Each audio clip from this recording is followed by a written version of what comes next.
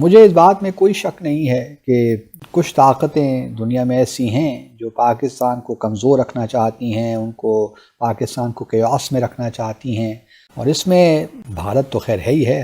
America की भी एक पॉलिसी हमेशा से रही है। पाकिस्तान में जो हुए अभी दंगे जिसपे इमरान खान को ब्लेम किया जा रहा था, उसमें अब इंडिया का हाथ दिखाया जा रहा है। गवर्नमेंट बता रही है कि ये इंडिया का हाथ है, और वहां के जो जर्नलिस्ट हैं वो भी बोल रहे हैं कि इसमें रॉ का हाथ तो जरूर था।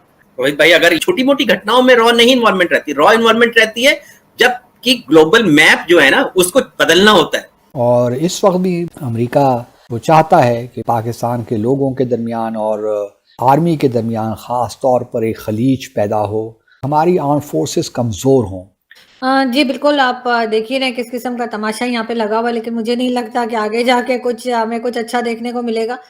वहीं दूसरी खबर यह है कि इमरान खान ने आर्मी चीफ के खिलाफ, मौजूदा आर्मी चीफ यानी कि जनरल आसिम मुनीर के खिलाफ साजिश।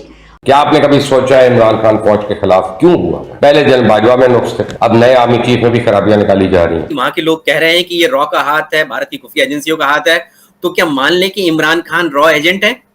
बात करें, हम यही कहते हैं इंडिया ने जो सा वो बांग्लादेश को अलहदा कर दिया, इंडिया ने ये कर दिया। आज आप भी कह रही हैं, इमरान खान साहब भी कह रहे हैं कि वो हमारी फौज ने किया। उसका जिम्मेदार कौन था? उसका जिम्मेदार इंडिया था, उसका जिम्मेदार हम खुद थे, या उसके जिम्मेदार हम थे?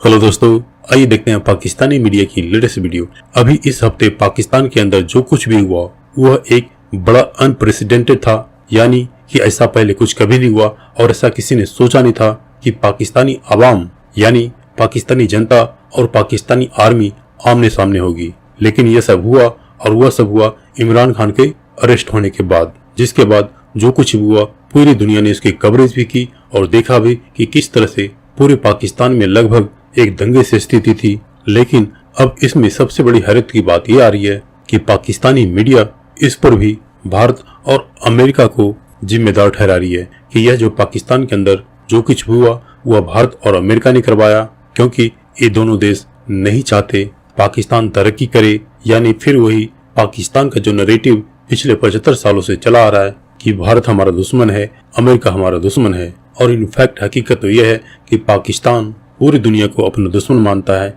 और सिर्फ मुस्लिम देश हैं उनको अपना साथी मानता है। तो दोस्तों, आइए देखते हैं पाकिस्तानी मीडिया की इस लेटेस्ट वीडियो को।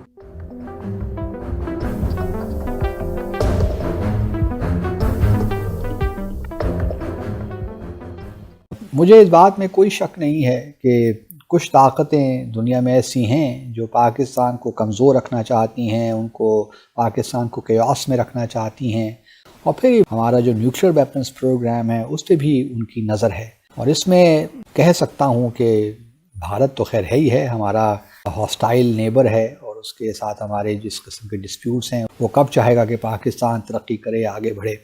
इसी तरह अमेरिका की भी एक पॉलिसी हमेशा से रही है। मिसाल के तौर पर अब ज़ल्म खलीलज़ाद हैं, ये अफ़गान अमेरिकन हैं, वो हम जानते हैं कि इनका पाकिस्तान से मुताल्लिक़ क्या ख़्याल है। और इस वक्त भी अमेरिका वो चाहता है कि पाकिस्तान इकनॉमिक प्रेशर में रहे, और फिर पाकिस्तान के लोगों के दरमियान और आर्मी के दरमियान ख़ास तौर पर एक खलीज पैदा हो, हमारी आर्म फोर्सेस कमज़ोर हों। अब हम में से कुछ लोग जो हैं, हमारे इस वक्त के जो आर्मी चीफ हैं, उनको तनकीद का निशाना बना रहे हैं। 9 मई से जब इमरान खान साहब को गिरफ़्तार किया, उसके बाद एक लिहाज से कैंपेन ज़्यादा शुरू हमें हो गई है।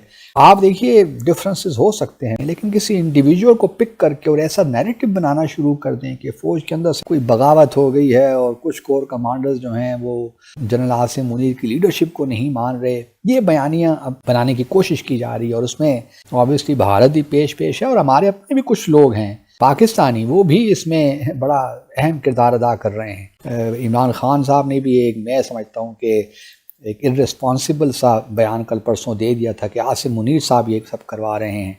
तो इस किस्म की बातें मुनासिब नहीं हैं। 1971 में अगर हम बात करें, तब से लेके 2 साल 3 साल पहले तक बात करें, हम यही कहते हैं इंडिया ने जो सा वो बांग्लादेश को अलहदा कर दिया, इंडिया ने ये कर दिया। आज आप भी कह रही हैं, इमरान खान साहब भी कह रहे हैं कि वो हमारी फौज ने किया। उसका जिम्मेदार कौन था? उसका जिम्मेदार इंडिया था, उसका जिम्मेदार हम खुद थे, या उसके जिम्मेदार हम थे?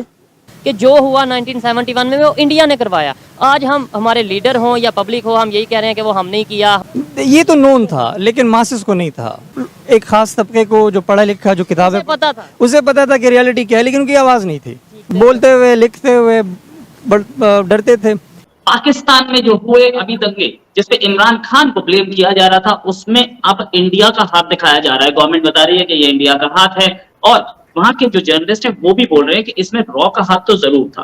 अब ये खुद आपस में एक दूसरे से लड़े और नाम इंडिया का लगा दे। टीएलपी के लिए भी बोला कि इंडिया का हाथ है, हलफनामा देके कोर्ट में एक इन्होंने हलफनामा दिया और उसमें बोला कि टीटीपी को इंडिया से फंडिंग आती है और टीएलपी को। ये हर वायलेंस में इंडिया की रॉ इन्वॉल्व है, ऐसा बोलना कहां तक सही? रोहित भाई, अगर वहां के लोग कह रहे हैं कि ये रॉ का हाथ है, भारत की खुफिया एजेंसियों का हाथ है, तो क्या मान लें कि इमरान खान रॉ एजेंट है? वो तो बहुत सारे लोग बोलते हैं। ऐसा कोई आदमी जो रॉ का एजेंट है वो प्रधानमंत्री रह सकता है पाकिस्तान का क्या?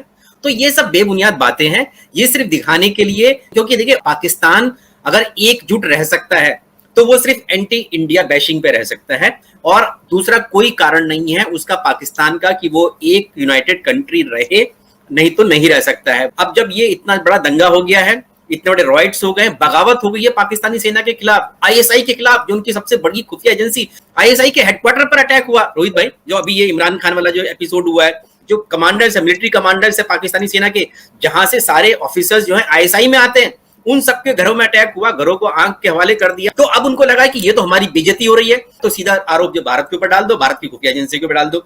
जबकि भारत की खुफिया एजेंसियों का मैं मान सकता हूं कि डायरेक्ट कोई भी इन्वॉल्वमेंट नहीं होगा इस तरह के रॉयट्स में, वायलेंस में। ये डायरेक्ट वायलेंस में इन्वॉल्वमेंट नहीं रहा होगा, लेकिन आप पिछले कुछ सालों का अगर आप ट्रैक रिकॉर्ड देखेंगे, किस तरह की जो नैरेटिव जो है वो भारत ने पाकिस्तान के खिलाफ तैयार की।